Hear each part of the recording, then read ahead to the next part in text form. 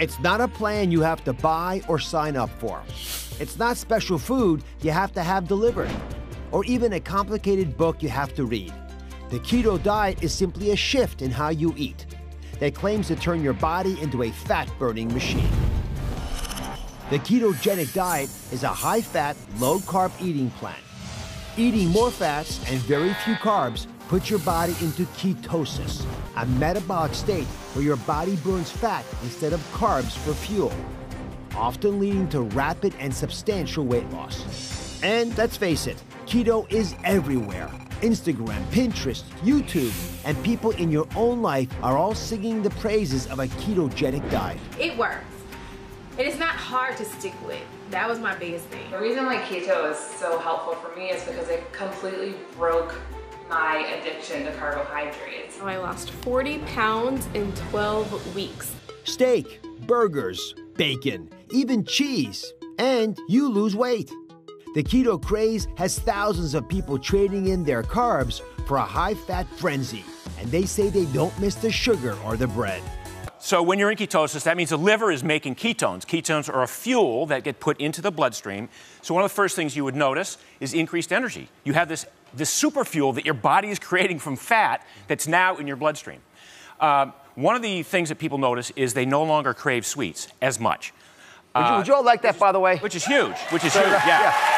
So I want to point this out because the people I've talked to, like you, who are successful in keto diets, say it's easy because they're not craving the foods they know they can't have. Right. So another reason or another way you might detect that you're in ketosis is you might smell it on your breath. A little metallic breath, a little sweet rotten apple breath or something like that. But it doesn't have to be bad breath. No. People think they're going to smell like the worst thing imaginable. No. Right. Exactly. And then a final way is on urine strips. So, you pee purple, right? That's one of the hallmarks of being in ketosis is it's demonstrated by the urine. Yeah.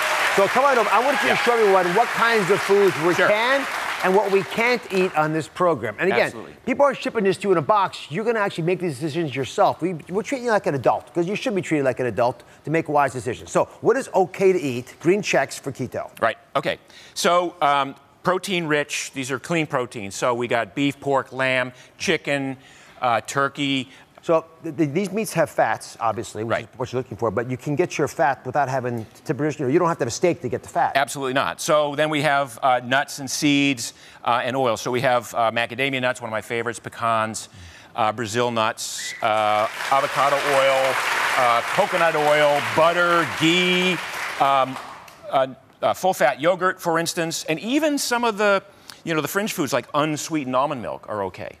I'm just going to go through a couple of these things. First of all, so there's lots of things you can eat that are actually arguably good for you, but there are things, this is what throws docs off, that are in the don't eat category. They're also good for you, right? I mean, we all know not to have soft drinks, but what's the problem with an apple or a potato, for example? Yeah, so apples, carrots, those are what we call high glycemic fruits and vegetables. So they convert to glucose pretty quickly in the bloodstream. And what we're trying to do here is we're trying to reduce the amount of glucose that gets into the bloodstream because glucose shuts off ketosis, right?